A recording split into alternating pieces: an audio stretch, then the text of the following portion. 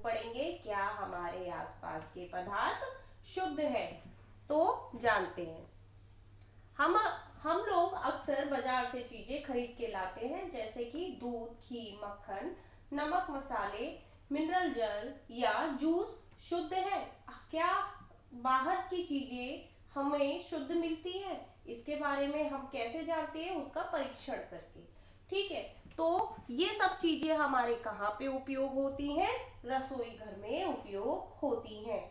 और हमें जो अपने जो रसोई घर में चीजों का उपयोग करते हैं, खाने में जो उपयोग करते हैं, उसकी शुद्धता हमारे लिए बहुत महत्वपूर्ण कार्य करती है। तो जानते हैं कि इनके बारे में कि ये शुद्ध कैसे है और क्या इनमें होता है। तो कोई भी वस्तु एक चीज से मिलकर नहीं बनी होती, क्योंकि इनमें कई तरीके के पदार्थ मिले होते हैं। तो खाने वाले पदार्थ के जो डब्बे होते हैं उनके ऊपर क्या लिखा जाता है? ज्यादातर शुद्ध पेय, शुद्ध दूध, शुद्ध नमक। तो ये क्यों लिखा जाता है? जिससे कि व्यक्ति अपना सामान को तसल्ली से यानी कि भरोसेमंद के द्वारा वो अपने साथ ले जाए। तो साधारण व्यक्ति के लिए शुद्धता का अर्थ होता है कि पदार्थ में कोई मिलावट ना हो, लेकिन वैज्ञानिक के हिसाब से क्या होता है कि वह शुद्ध नहीं होता, क्योंकि पैकेट में चीजें आने वाली होती हैं, वो उनमें कुछ ना कुछ अशुद्धियां जरूर होती हैं, तभी वो कैसे चलती है? लंबे समय तक चल पाती है। उदाहरण के लिए दूध, जल, वसा, वैज्ञानिक के लिए ये सभी वस्तुएं विभिन्न पदार्थों के मिश्रण हैं। कैसे हैं? विभिन्न प्रकार के मिश्रण हैं, अतः शुद्ध नहीं होते, क्योंकि कई तरीके के पदार्थ होते हैं, इसीलिए ये शुद्ध नहीं माने जाते। उदाहरण के लिए दूध, जल, वसा, प्रोटीन आदि का मिश्रण है। ठीक है, इनमें क्या होता है? दूध में क्या होता है? पानी मिला होता है। ठीक है, वसा, प्रोटीन, इन सब में क्या चीजें होती है? ये सब मिश्रण है। ठीक है, अब दूध में क्या क्या पाया जाता है? आपका प्रोटीन भी पाया जाता है, वसा भी पाया जाता है और जल भी, मतलब कि 3 प्रकार के इसमें मिश्रण मिले हुए हैं, इसीलिए क्या है? ये शुद्ध नहीं है। ठीक, जब एक वैज्ञानिक किसी पदार्थ को शुद्ध कहता है, तो इसका तात्पर्य है कि उस पदार्थ में मौजूद सभी कण समान रासायनिक प्रकृति के हैं। ठीक है, एक शुद्ध पदार्थ एक ही प्रकार के कणों से मिलकर बना होता है। अब हम ये जानते हैं, जैसे कि जो दूध है, दूध में से क्या निकलता है? घी निकलता है। ठीक है, पहले हम मक्खन बनाते हैं, मक्खन को गर्म करते हैं, मक्खन को गर्म करने के बाद जो हमें प्राप्त होता है वो घी। तो वो एक तरीके से शुद्ध पदार्थ है। कैसे पदार्थ है? क्योंकि उसके जो कण है वो एक ही तरीके के, ना तो उसमें पानी है और ना ही उसमें दूध है, ना ही उसमें मठा है, तो इसीलिए वो कैसा हुआ? वो शुद्ध पदार्थ माना गया। ठीक है, अब जान लेते हैं मिश्रण के बारे में। मिश्रण होता क्या है? मिश्रण वो होता है सभी पदार्थ दो या दो से अधिक शुद्ध अवयवों से मिलने से बने हैं। उदाहरण के लिए समुद्र का जल, खनिज, मिट्टी आदि सभी मिश्रण हैं, क्योंकि ये सब एक दूसरे से मिलकर बने हुए हैं। अब जानते हैं सेकंड पॉइंट, मिश्रण क्या होता है। ठीक है, तो क्या होता है? मिश्रण एक या एक से अधिक शुद्ध तत्वों या यौगिक से मिलकर बना होता है। ठीक है, कोई भी मिश्रण होता है वो कितने से बनके बना होता है? एक या एक से अधिक तत्वों से मिलकर बना होता है। कैसे? जानते हैं।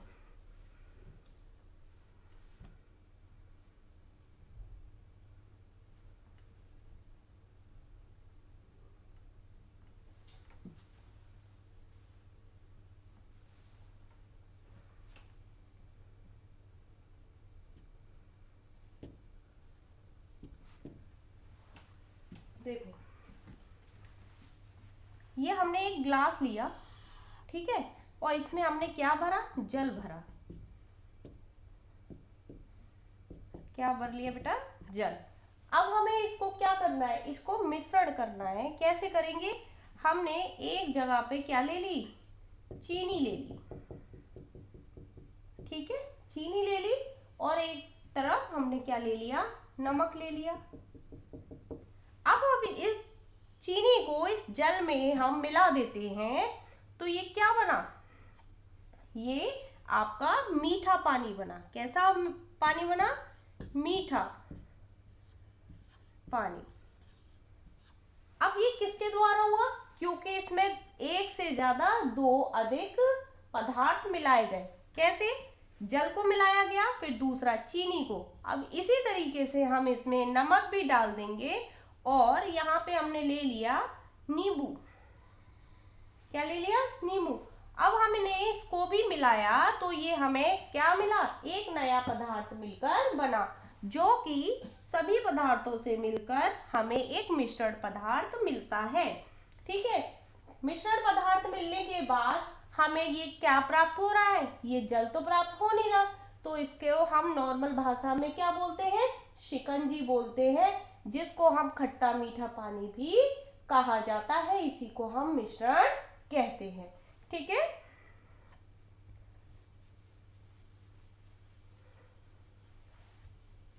अब आगे जानते हैं।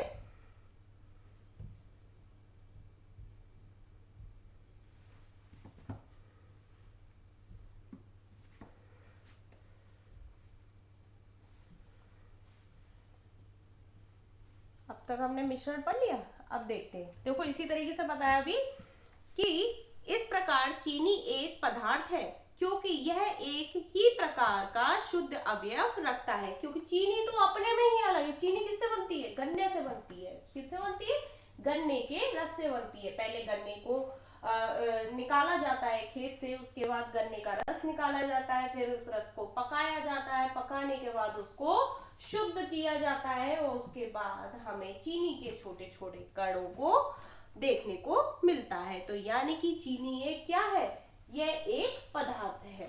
ठीक है, क्योंकि यह एक ही का शुद्ध अवयव रखता है और इसका यौगिक समान रहता है। चीनी जब बन जाती है तो इसका यौगिक समान रहता है।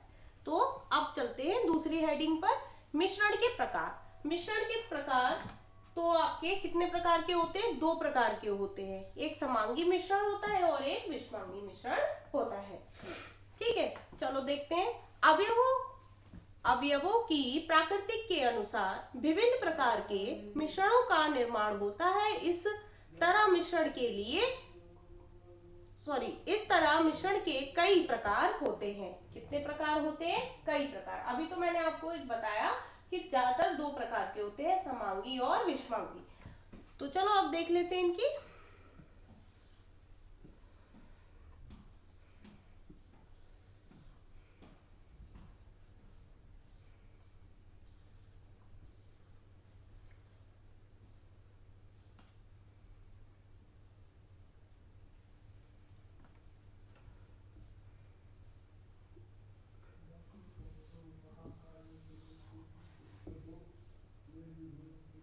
अभी मैंने आपको बताई चुकी हूँ, इसमें भी आपका क्या दिया है, वो चीनी, नमक, जल का प्रतीक मैंने कि आपको शिकंजी बना के दिखाया था, ये उसी का प्रकार है।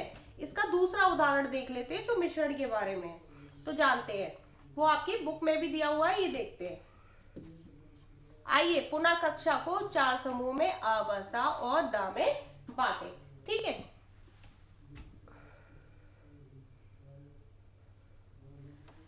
प्रत्येक समूह को नीचे दिए हुए नमूने में से एक दे। ठीक है, तो समूह आ को कॉपर सल्फेट के कुछ क्रिस्टल देते हैं। ठीक है, जो कॉपर सल्फेट होता है उसके कुछ क्रिस्टल दिए। फिर बा में हमने 1 चम्मच कॉपर सल्फेट दे, ठीक है, ले लेते हैं। फिर सा में चाक का चूर्ण या गेहूं का आटा ले। ठीक है, अब देखते हैं क्या होता है। समूह द को दूध या स्याही की कुछ बूंदे दे। छात्र को कांच की छड़ की सहायता से नमूने को जल में मिलाने को कहें। क्या कण जल में दिखाई देता है। फिर सेकंड पॉइंट आ जाता है, अब टार्च के प्रकाश की किरणों को बीकर पर डालें और उसको सामने से देखें। क्या प्रकाश की किरण का मार्ग दिखाई देता है। ठीक है, अब मिश्रण को कुछ समय तक शांत छोड़ दें। इस बीच मिश्रण छानने वाला उपकरण को तैयार कर ले। क्या मिश्रण स्थित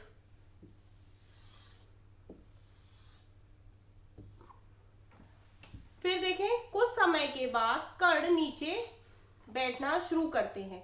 मिश्रण को छान लें। क्या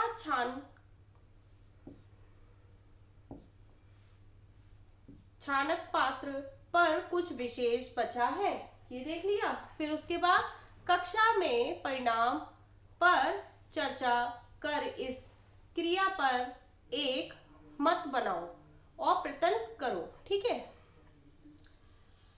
तो ये तो आपकी थ्योरी हुई। अब मैं आपको इसको इससे समझा देती हूँ।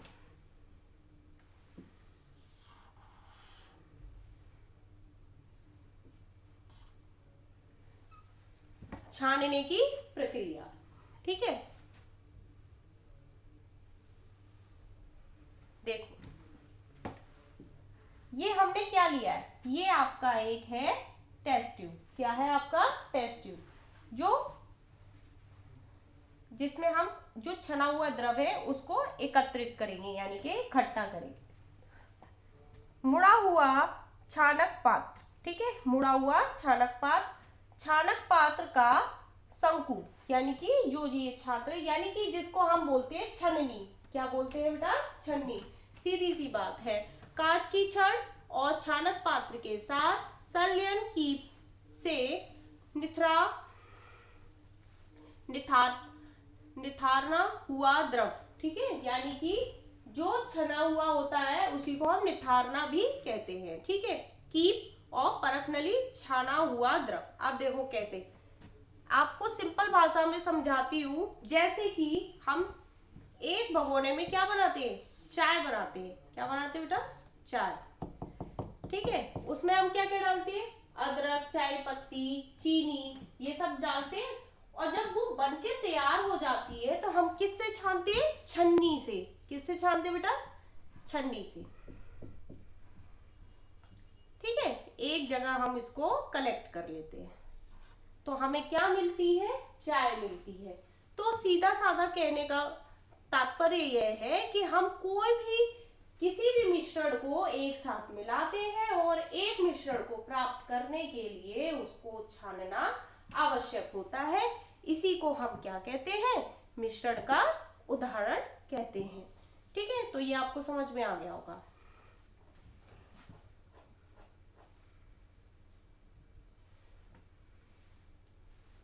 चलिए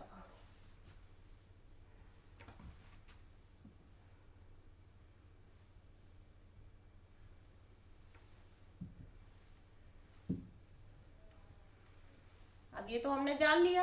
अब सेकंड पार्ट पे चलते हैं कि पदार्थ से आप क्या समझते हैं और समांगी और विषमांगी मिश्रण क्या होता है। मैंने आपको अभी बताया कि दो तरीके के क्या होते हैं, मिश्रण होते हैं, समांगी और विषमांगी। तो चलो देखते हैं विलयन क्या है, विलयन के बारे में जानते हैं। विलयन दो या दो से अधिक पदार्थों का समांगी मिश्रण होता है। जैसे अभी मैंने आपको किसके बारे में बताया था, शिकंजी के बारे में बताया, चाय के बारे में बताया। तो ये क्या हुआ, कि किस तरीके के पदार्थ हुए, मिश्रण, यानी कि समांगी मिश्रण हुआ। जैसे आप प्रतिदिन बहुत प्रकार के विलयनों को देखते होंगे। जैसे अभी बताया कि देखते थे, नींबू जल यानी कि शिकंजी, सोडा जल यानी कि सोडा पानी आदि विलयन के उदाहरण है। ठीक है, क्योंकि ये हमेशा दो पदार्थों से मिलके बनते हैं। प्रत्येक प्राय हम एक विलयन को ऐसे तरल पदार्थ के रूप में विचार करते हैं जिसमें ठोस, द्रव या गैस मिले हो। लेकिन प्राकृतिक में ठोस विलयन, मिश्र धातु और गैसीय विलयन वायु भी होती है। ठीक है, अब इसका मतलब क्या हो रहा है कि इसमें क्या हो रहा है, हमें जल भी मिल रहा है, पानी भी मिल रहा है, सोडा भी मिल रहा है, वायु भी मिल रही है, तो इसी को हम क्या कहते हैं, समांगी मिश्रण यानी कि विलयन।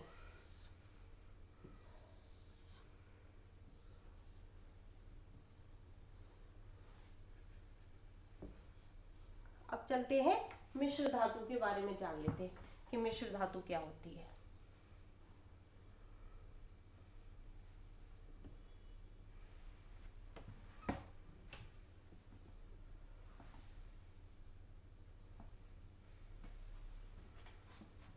मिश्र धातु, ये धातुओं के समांगी मिश्रण होते हैं। मिश्र धातु क्या होते हैं, ये धातुओं के समांगी मिश्रण होते हैं, क्योंकि इसमें एक से ज्यादा अधिक धातु मिली होती है, जिसे भौतिक क्रिया द्वारा अवयवों में पृथक नहीं किया जा सकता, लेकिन फिर भी मिश्र धातुओं को मिश्रण बनाया जाता है। ठीक है, मतलब कि इनको एक जगह पृथक नहीं किया जाता है, इकट्ठा नहीं किया जाता है, फिर भी इनको मिश्रण माना जाता है, क्योंकि ये अपने घटकों के गुणों को दर्शाते हैं और पृथक पृथक संगठन रखते हैं।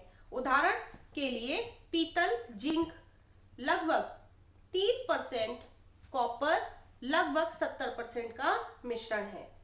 जैसे कि पीतल जो होती है, पीतल किन से मिलकर बनी होती है, दो धातुओं से मिलकर बनी होती है। किससे, आपकी जिंक से और कॉपर से। जिंक कितना परसेंट होता है आपका, 30%, और कॉपर कितने परसेंट होती है आपकी, 70%। तो आपने अक्सर अपने घरों में बर्तन देखे होंगे पीतल के, तो वो किन धातुओं से मिलकर बने होते हैं, जिंक और कॉपर से। ठीक है, तो इसको हम बोलते हैं मिश्र धातु।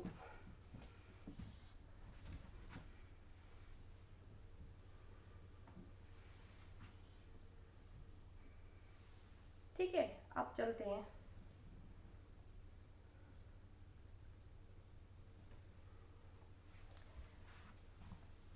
उदाहरण के लिए और देख लेते हैं एक दो चीजें।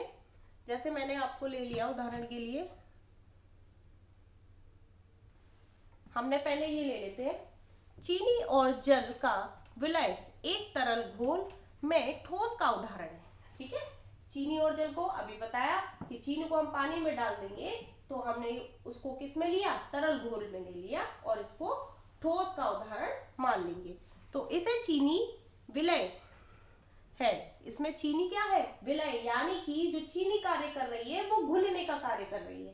ठीक है, हम चीनी को चाय में पानी में मिला देंगे, आप ट्रांसपेरेंट ग्लास लेंगे यानी कि कांच का ग्लास लेंगे, आप उसको मिला के देखेंगे तो क्या हमें वो चीनी दिखेगी, नहीं दिखेगी। तो यानी कि वो विलय है, यानी कि पूरी तरीके से वो जल में मिल जाएगी, और यह विलायक है, और जल में क्या मिलने के लिए विलायक है। ठीक है, ऐसे ही आयोडीन और एल्कोहल का विलयन, जिसमें टिंचर आयोडीन के नाम से जाना जाता है, इसमें आयोडीन विलय है। इसमें क्या है, आयोडीन विलय, यानी कि जो एल्कोहल होती है उसमें जो नमक की क्वांटिटी होती है वो उसमें नहीं दिखती, वो भी पूरी तरीके से मिल जाती है, और एल्कोहल विलायक है। और एल्कोहल क्या कर रहा है, वो विलायक का काम कर रहा है, क्योंकि वो कैसा है, लिक्विड फॉर्म में, यानी कि तरल फॉर्म में है। ठीक है, तो आपको ये समझ में आ रहा होगा। ठीक है, तो उदाहरण काफी है।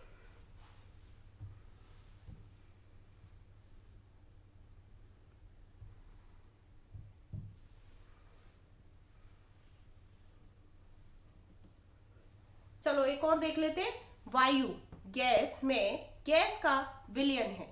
वायु में जो गैस है, हमारे जो वायुमंडल में जो गैसें हैं वो एक दूसरे से क्या है, मिलने वाली है, यानी कि उसमें वायु में क्या मिली हुई है, गैसें मिली हुई है। कैसे, ये मुख्यतः दो घटकों, जैसे कि ऑक्सीजन हमारे वायुमंडल में कितने प्रतिशत पाई जाती है, 21%। ठीक है, और नाइट्रोजन 78% पाई जाती है। ये समांगी मिश्रण है। ठीक है, क्या कहलाता है, ये समांगी मिश्रण कहलाता है नाइट्रोजन को।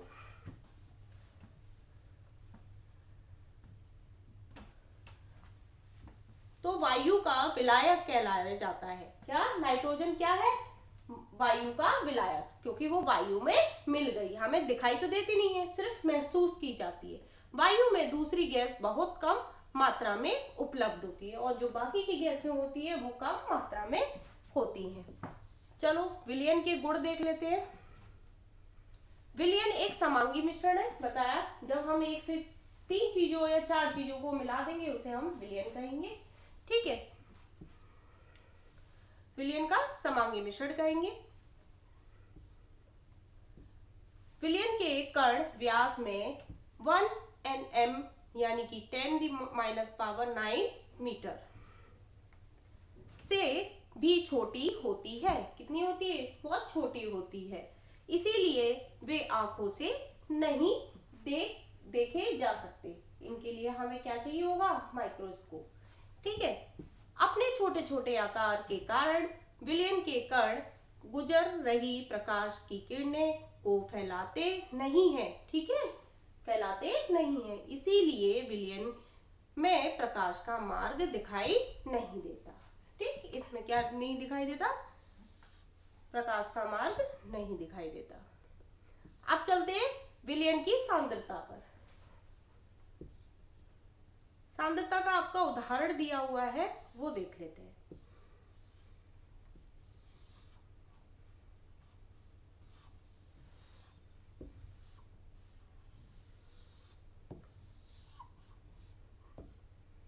देखो सांद्रता वही है जो मैंने अभी आपको बताया था कि 2 पृथक पृथक बीकरों में 50 ml जल ले लेंगे और फिर जल को नमक और दूसरे में चीनी डाल देंगे। ठीक है, और इसको एक साथ हम क्या करेंगे? मिला देंगे। मिलाने के बाद हमें क्या प्राप्त होता है?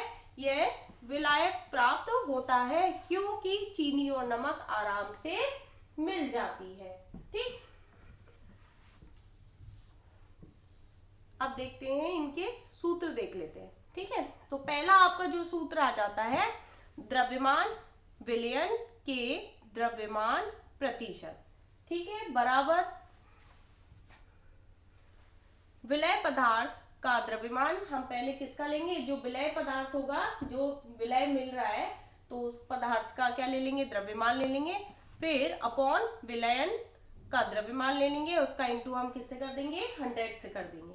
फिर इसी तरीके से दूसरा जो होगा आपका सूत्र, द्रव्यमान, ठीक है, स्लैश विलयन के आयतन का, ये द्रव्यमान का प्रतिशत था, अब इसका हम आयतन का प्रतिशत निकालेंगे। तो क्या करेंगे? विलय पदार्थ का द्रव्यमान ले लेंगे, ठीक है, ये, और फिर विलयन का आयतन ले लेंगे। ये केवल द्रव्यमान निकालेंगे और यहाँ पे हम क्या करेंगे?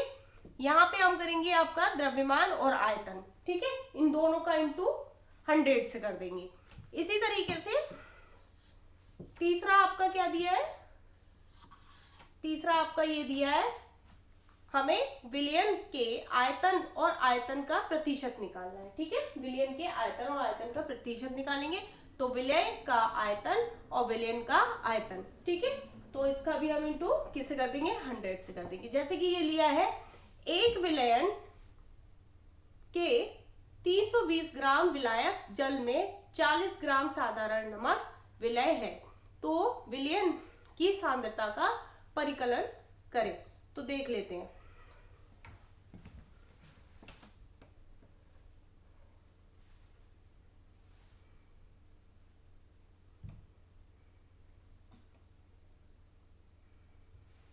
देखो इसमें क्या ले रहा है? विलय, यानी कि नमक का द्रव्यमान कितना था? 40, तो इसने 40 ग्राम ले लिया। फिर विलायक जल कितना था? 320 ग्राम, 320 ग्राम ले लिया। अब हम इसका फॉर्मूला लगा देंगे। क्या लगा देंगे? विलयन का द्रव्यमान तो विलय पदार्थ का। ठीक है, तो द्रव्यमान प्लस विलय का द्रव्यमान, तो हम पहले 40 और 30 को हम क्या कर देंगे? प्लस कर देंगे। तो प्लस करने पे कितना आ रहा है? 360 ग्राम आ रहा है। हमने इसको क्या कर दिया? प्लस कर दिया, 0 0 6, तो 360 हो गया। फिर विलयन का द्रव्यमान प्रतिशत बराबर विलय पदार्थ का द्रव्यमान अपॉन विलयन का द्रव्यमान और इंटू 100। तो हमने क्या कर लिया? 40 को ऊपर लग दिया और 360 ये कर दिया। ठीक, और इसको हमने एक 0 से ये काट दिया, इसका हम क्या कर देंगे? भाग कर देंगे। भाग करने पर हमारा आंसर कितना आ रहा है? 11.1। तो इतना आपको आसानी से समझ में आ गया होगा।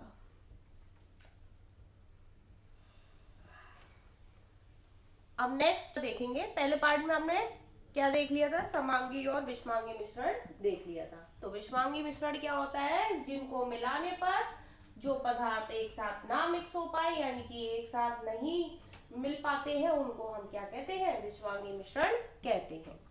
तो अब ये देखेंगे कोलाइडल विलयन क्या है। तो देखते हैं, क्रियाकलाप के द्वारा देखते हैं। द के द्वारा प्राप्त मिश्रण को कोलाइड या कोलाइड विलयन कहा जाता है। कोलाइड के कण विलयन में समान रूप से फैले होते हैं और निलंबन की अपेक्षा कणों का आकार छोटा होने के कारण यह मिश्रण समांगी प्रतीत होता है, लेकिन वास्तविक में विलयन विषमांगी मिश्रण है। जैसे दूध में क्या होता है कि उसमें हमें क्या क्या मिलता है, पानी मिलता है, दूध मिलता है, ठीक है, और उसमें वसा भी होती है, प्रोटीन भी होती है, पर ये कैसे दिखते हैं, हमें दिखते तो समांगी मिश्रण है, पर होते कैसे हैं, विषमांगी, क्योंकि इनके कण कैसे होते हैं, अलग अलग होते हैं, ठीक है। इसी तरीके से आपने देखा होगा, जब धूप की किरणें होती हैं, जैसे ये दिया है आपका, ये क्या है आपका, इन्होंने क्या लिया है, 2 कांच के गिलास ले लिए, इसमें जल भर लिया है, ठीक है, और जो जल से क्या कर रहे हैं, उस पर टॉर्च लगा रहे हैं, और टॉर्च की जो प्रकाश किरणें पड़ रही हैं वो क्या दिखा रही है कि इसमें छोटे छोटे अणु अलग से दिखते हैं। इसी को हम कहते हैं विषमांगी मिश्रण। जैसे आपने देखा होगा, जब धूप पड़ती है तो धूप की रोशनी में हमें छोटे छोटे कण उड़ते हुए दिखाई देते हैं, ठीक है, उन्हीं को हम विषमांगी मिश्रण भी कहते हैं।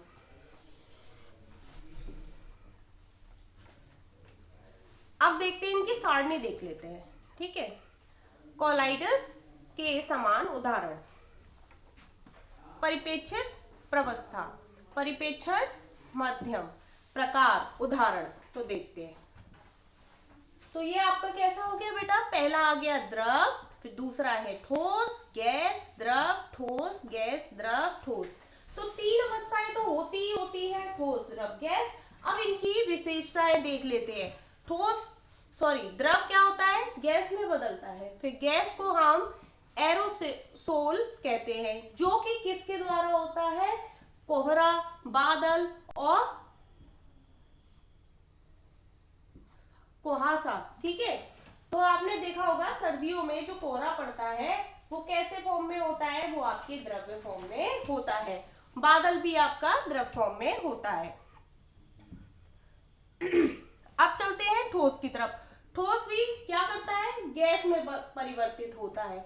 इसको भी एरोसोला, यानी कि इसका जो उदाहरण हुआ धुआं, स्वचालित वाहन का निथरान, मतलब कि जो हम वाहन चलाते हैं उसमें से निकलने वाले धुएं को क्या कहते हैं, मतलब उड़ने की गैस की अवस्था में कहा जाता है, ठीक है। अब आ जाते हैं गैस द्रव फॉर्म, यानी सेविंग क्रीम। आपने देखा होगा कि जो सेविंग क्रीम होती है, जैसे कि आप सीधे सीधे ले लो, फेस वॉश ले लो या साबुन ले लो, जो उसमें झाग बनता है तो वो किसके द्वारा होता है, फोम के द्वारा, ठीक, द्रव, ठीक है।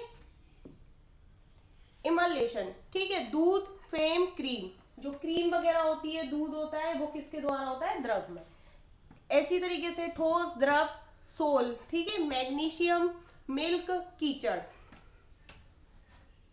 आपका ये हो गया गैस, ठोस, फोम, रबड़, स्पंज, ये सब आपके किस में आ रहे हैं, ये गैस फॉर्म में आते हैं। द्रव, ठोस, जेल, ठीक है, जेली, पनीर, मक्खन, तो ये किस में जमा देता है, जेली के में, पनीर आपने देखा ही होगा, तो वो एक फॉर्म में जमा देता है, ठीक है, द्रव को ठोस करता है। इसी के बाद ठोस सोल, यानी कि रंगीन रत्न, पत्थर यानी कि मोती, डायमंड यानी कि आपका हीरा, तो ये कैसे होते हैं, ये ठोस होते हैं। दूध या कांच, यानी कि जो कांच होते हैं, ये किस फॉर्म में होते हैं, ठोस फॉर्म में होते हैं। क्या हम हमारे आसपास के शुद्ध हमारे आसपास के पदार्थ शुद्ध हैं? चलो देख लेते हैं ये क्या क्या है, शुद्ध है कि नहीं। ठीक,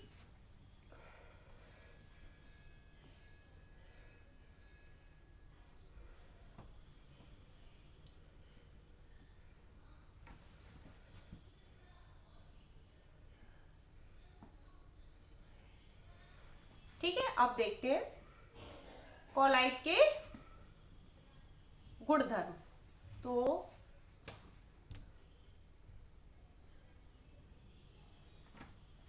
देखो पहला क्या दिखा रहा है, यह एक विषमांगी मिश्रण है। कैसा है?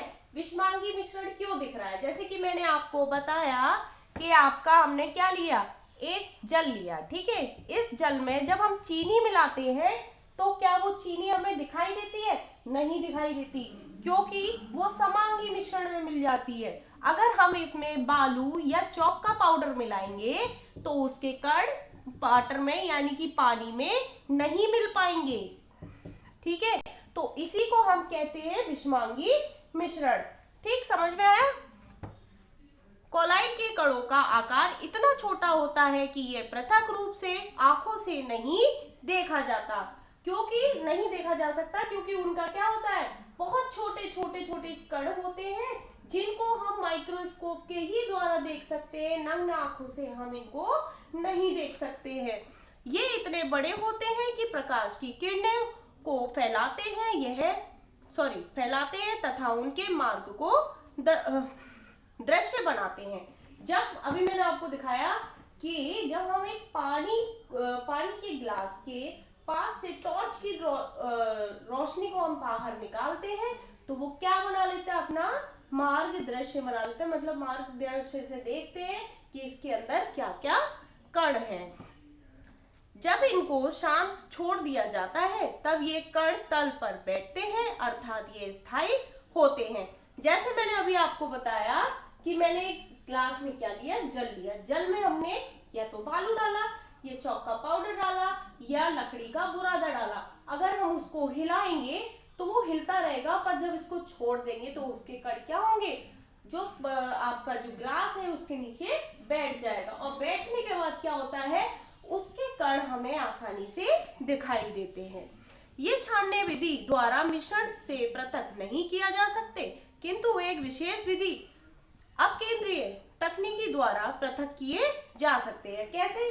इनको हम क्या करेंगे, इनको अलग करने के लिए क्या करेंगे, हम इनको छानेंगे।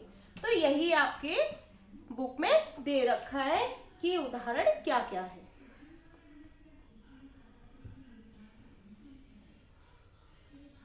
चलो अब आगे चलते हैं। अब चलेंगे नेक्स्ट हेडिंग पर, भौतिक एवं रासायनिक परिवर्तन। अब ये देखते हैं, अब तक हमने क्या देखा, समांगी, विषमांगी, विलायक, विलयन, ये सब हम देख चुके हैं। अब हम देखेंगे भौतिक परिवर्तन और रासायनिक परिवर्तन में क्या अंतर है। तो पिछले अध्ययन में हमने पदार्थ के भौतिक गुणों के बारे में अध्ययन किया है, ठीक है। ऐसे गुण जिनका हम अवलोकन एवं वर्ण कर सकते हैं, जैसे कि रंग, कठोरता, दृढ़ता, वहन, घनत्व, द्रव्यनांक तथा क्वथनांक इत्यादि को भौतिक गुण कहा जाता है। मतलब कि हम किसी भी पदार्थ का द्रव्यमान यानी उसकी कठोरता और उसके रंग को हम देख सकते हैं, उसी को हम क्या कहते हैं, भौतिक परिवर्तन कहते हैं।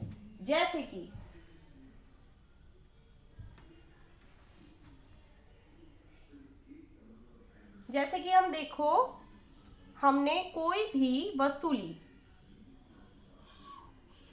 ठीक है, हमने इसको ईंट ले लिया, ठीक है, हमने क्या ली, ईंट।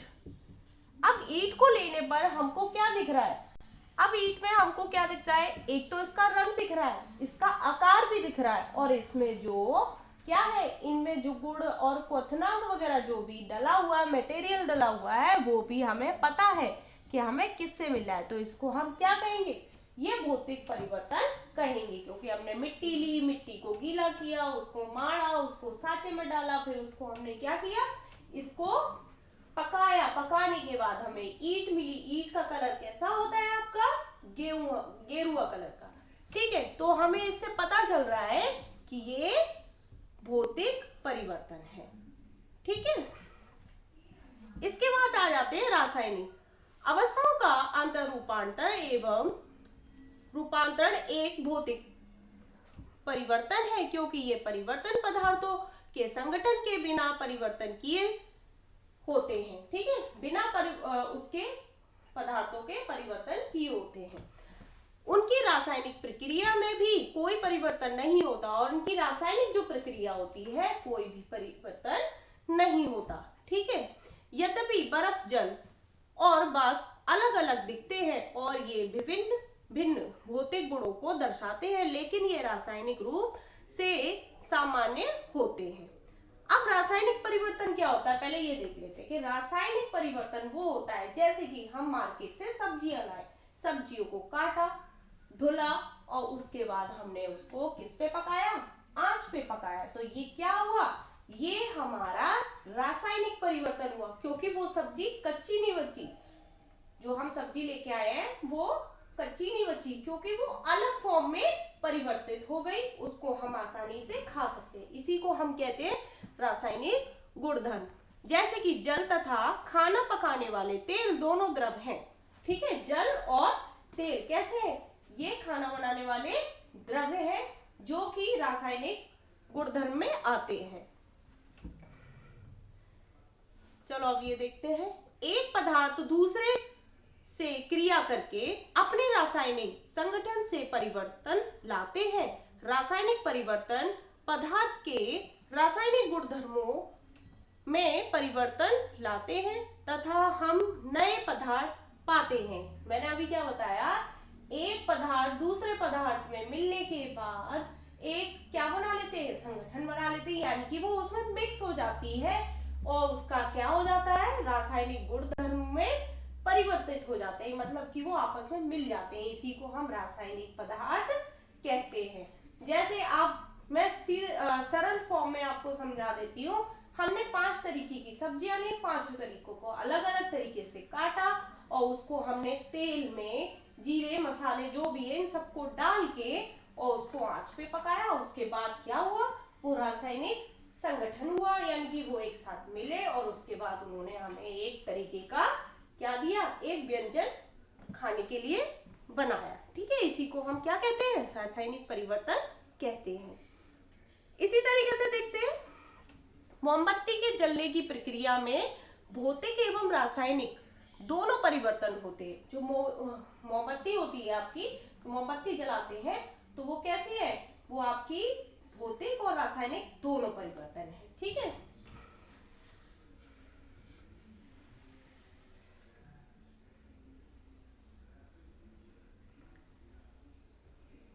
अब चलेंगे नेक्स्ट हेडिंग पे।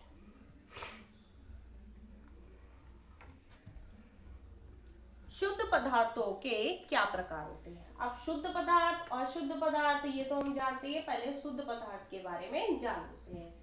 पदार्थों को उनके रासायनिक संगठन के आधार पर तत्वों या यौगिक वर्गीकरण किया जा सकता है, उनको हम क्या कहते हैं, शुद्ध पदार्थ कहते हैं।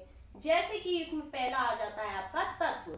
ठीक है, और तत्व शब्द की किसने खोज की थी, रॉबर्ट वायरल पहले वैज्ञानिक थे जिन्होंने सन 1661 में सर्वप्रथम तत्व शब्द का प्रयोग किया। ठीक है, जो कहां के थे, फ्रांस के रासायनिक एंटोनी लॉरेंट लाइविजिन ने सन 1994 में सबसे पहले तत्व की परिभाषा को प्रयोग द्वारा प्रतिपादित किया। ठीक है, सबसे पहले किसने किया था, सबसे पहले तो रॉबर्ट वायरल ने किया था। ठीक है, इसके खोज के अनुसार इनको पता चला कि तत्व पदार्थ वह मूल रूप है जिसमें रासायनिक प्रक्रिया द्वारा अन्य सरल पदार्थों में विभाजित नहीं किया जा सकता। एक तत्व पदार्थ कैसा है, जो अन्य सरल पदार्थों के में विभाजित नहीं किया जाता। तत्वों को साधारणतः धातु, अधातु तथा उपधातु में वर्गीकृत किया जा सकता है। ठीक है, जो तत्व होता है, जैसे कि आपका धातु, अधातु और उपधातु। धातु जैसे आपका सोना चांदी, ठीक है, ये हो गया। अधातु जो सोना चांदी से अलग होते हैं, जैसे मिट्टी वगैरह ये होते हैं, इनको बोलते हैं। इनको हमने अलग अलग वर्गीकरण कर दिया। धातु प्राय दिए हुए निम्न गुणधर्मों से सभी को या कुछ को प्रदर्शित करती है। क्या हमारे आसपास पदार्थ शुद्ध है? देख लेते हैं।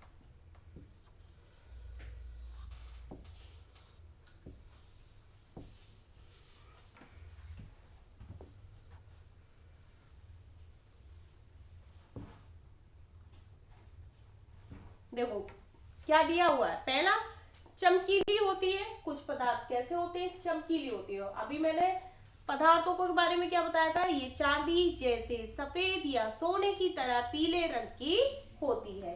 चांदी कैसी होती है आपकी बेटा? सफेद रंग की होती है। सोना कैसा होता है आपका? पीले रंग का होता है। ये ताप तथा विद्युत की सुचालक होती है। कैसी होती है? ताप और विद्युत, यानी कि ये ताप में भी रह सकती है और विद्युत में भी सुचालक होती है, क्योंकि ये बिजली के कार्य में भी उपयोग होती है। इसी तरीके से ये तन्य होती है और इनको तार के रूप में खींचा जा सकता है। अब आप देखो, हम घरों में बिजली के तार उपयोग करते हैं, उनमें तारों के जो धातु होते हैं वो कौन कौन से होते हैं? आपका कॉपर, ठीक है, यानी कि तांबा होता है, सिल्वर होता है, गोल्ड होता है और आपका सिल्वर होता है, ठीक है। यानी कि चांदी का भी प्रयोग किया जाता है इसमें, एल्युमिनियम का भी प्रयोग किया जाता है, तांबे का भी प्रयोग किया जाता है और सोने का भी प्रयोग किया जाता है। इन धातुओं से खींच खींच कर तारों की लंबाई बनाई जाती है। जैसे कि हमने ये धातु ले लिया,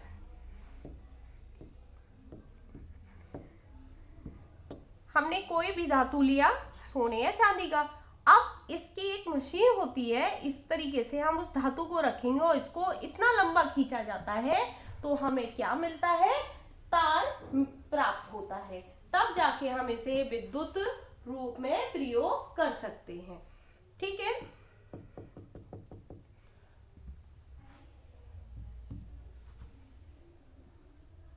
चलिए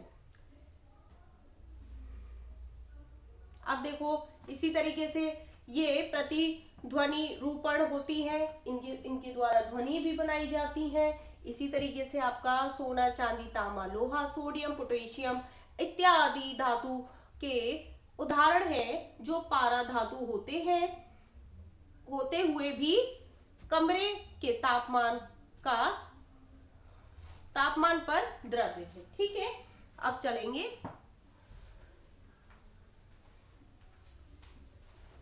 यौगिक पर। यौगिक क्या होता है? ठीक है, तत्व पढ़ लिया, तत्व के बाद अब हम आ जाएंगे यौगिक पर। एक यौगिक वह पदार्थ है जो कि दो या दो से अधिक तत्वों के नियत अनुपात में रासायनिक तौर पर संयोजन से बनता है, ठीक है। मतलब कि दो या दो से अधिक जो वस्तुएं होती हैं, यानी कि तत्व होते हैं, उनके संयोजन से बनता है, ठीक। जब दो या दो से अधिक तत्व आपस में मिलते हैं तो हमें क्या पता चलता है? कि यह एक यौगिक है, ठीक है। जैसे कि मैंने आपको क्या बताया था, जो आपका सोने की जो धातु बनती है, यानी कि हम कोई भी आभूषण बनवाते हैं तो उसमें हम कई तरीके के यौगिक का प्रयोग करते हैं, जैसे कि कॉपर का, ठीक है, पीतल का और आपका गोल्ड का। तब जाके हमें एक आभूषण प्राप्त होता है, वरना प्योर गोल्ड से हम आभूषण नहीं बना सकते। ये आपके प्रयोग है। अब चलते हैं सारणी देखते हैं, मिश्रण तथा यौगिक, ठीक है। इनकी सारणी देख लेते हैं और इनके अंतर देख लेते हैं। तो पहला है, तत्व या यौगिक केवल मिश्रण बनाने के लिए मिलते हैं। किसके लिए? मिश्रण बनाने के लिए मिलते हैं, किंतु किसी नए यौगिक का निर्माण नहीं करते। ये मिश्रण तो बना लेंगे पर पर नए यौगिक का निर्माण नहीं करेंगे। यौगिक में क्या हो रहा है, तत्व क्रिया करके नए यौगिक का निर्माण करते हैं। ये क्या करते हैं, तत्वों का निर्माण करके, मतलब कि तत्व क्रिया करके नए यौगिक का निर्माण करते हैं। जब एक से दो तत्व बनाते हैं, अभी मैंने आपको एक सोने का उदाहरण दिया, जो हम आभूषण पहनते हैं, उनकी ज्वेलरी पहनते हैं, तो वो क्या करते हैं, दो तीन तरीके की चीजें मिलाकर, यानी कि आपका पीतल, कॉपर और सोने को मिला के हमें एक नया आभूषण मिलता है। इसी को हम क्या कहते हैं, यौगिक निर्माण कहते हैं। ठीक है, मिश्रण का संगठन परिवर्तनीय होता है। ठीक है, नए पदार्थ का संगठन सदैव स्थायी होता है। इसमें परिवर्तन होता रहेगा, पर इसमें स्थायी हो जाता है जब ये परिवर्तित रहता है। तो मिश्रण उसमें उपस्थित घटकों के गुणधर्मों को दर्शाता है। ठीक है, उसके गुणधर्मों को दर्शाता है। नए पदार्थ के गुणधर्म पूरी तरह से भिन्न होते हैं, और इसके जो गुणधर्म होते हैं वो पूरी तरीके से भिन्न हो जाते हैं। ठीक है, अब चलते हैं, घटकों को भौतिक विधियों द्वारा सुगमता से पृथक किया जा सकता है। इसको अच्छे से क्या किया जा सकता है, प्राप्त किया जाता है, यानी कि बनाया जा सकता है। घटकों को केवल रासायनिक या विद्युत रासायनिक प्रतिक्रिया द्वारा ही पृथक किया जा सकता है। इनकी क्या होती है, जो विद्युत रासायनिक होते हैं, उन्हीं के द्वारा इसको पृथक किया जा सकता है।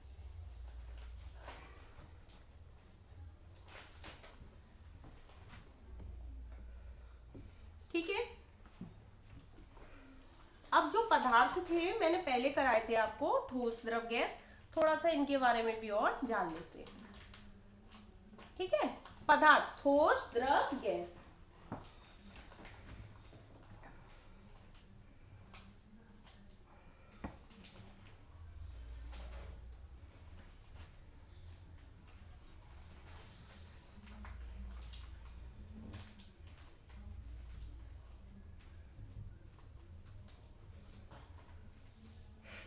चलो, ठोस, द्रव, गैस। अब आपको ये दिख रहा है, तो पहले में तो आ जाता है आपका शुद्ध पदार्थ, और फिर आ जाता है मिश्र, यानी कि कोई नियतन संगठन नहीं। पहले हम शुद्ध पदार्थ की तरफ देख लेते हैं। ठीक है, तो देखते हैं तत्व, यानी कि हम पहले शुद्ध पदार्थ की तरफ देखेंगे, तत्व आ जाएगा, फिर यौगिक आ जाएगा। तो सरल पदार्थों में विभक्त नहीं किया जा सकता, किसको, तत्व को। उदाहरण के लिए कॉपर, ऑक्सीजन, लोहा, हाइड्रोजन, पारा, इन सबको क्या नहीं किया जा सकता, एक साथ नहीं लाया जा सकता। ठीक है, फिर आ जाता है यौगिक, नियतक संगठन, रासायनिक या विद्युत रासायनिक प्रक्रिया द्वारा घटक तत्वों में विघटित किया जा सकता है। इनको क्या कर सकते हैं, विघटित, यानी कि एक साथ लाया जा सकता है, क्योंकि ये क्या है, यौगिक है। उदाहरण के लिए जल, मीथेन, चीनी, नमक आदि। मैंने आपको बताया था कि अगर हम जल में, पानी में, यानी कि चीनी को घोल देंगे, नमक को घोल देंगे, तो वो क्या हो जाएगा, वो एक साथ मिल जाएंगे, और उनमें कोई भी अलग अलग कण हमको दिखने को नहीं मिलेगा। इसी को हम क्या कहते हैं, यौगिक कहते हैं। अब चलते हैं मिश्रण पे। ठीक है, तो समांगी मिश्रण, विषमांगी मिश्रण। तो समान संगठन क्या है, उदाहरण के लिए जल में चीनी, ठीक है, जल में चीनी, जल में नमक, कार्बन डाइसल्फेट में सल्फर, जल तथा एल्कोहल आदि, इन सबको आसानी से मिक्स किया जा सकता है, क्योंकि ये समांगी मिश्रण में आते हैं। ठीक है, विषमांगी मिश्रण क्या है, असमान संगठन। उदाहरण के लिए बालू तथा नमक, चीनी तथा नमक, लकड़ी, रक्त, तेल में जल आदि। मैंने क्या बताया था कि अगर हम जल में बालू को, लकड़ी के बुरादे को और चौक के बुरादे को, इन सबको, तेल को, ये एक साथ मिक्स नहीं किया जा सकता, इनके तत्व अलग अलग रहेंगे, इसीलिए इनको विषमांगी मिश्रण कहते हैं। समांगी मिश्रण की परिभाषा क्या थी, जो तत्वों को, यानी कि जो पदार्थों को एक साथ मिला दे, उसको हम क्या कहते हैं, समांगी मिश्रण कहते हैं। जो विषमांगी मिश्रण क्या कहते हैं, जो तत्वों को यानी कि पदार्थ को एक साथ नहीं मिला पाता उसको हम विषमांगी मिश्रण कहते हैं। ठीक है, तो आपको इतना समझ में आ गया होगा। तो आपका चैप्टर यहीं पे खत्म हो जाता है।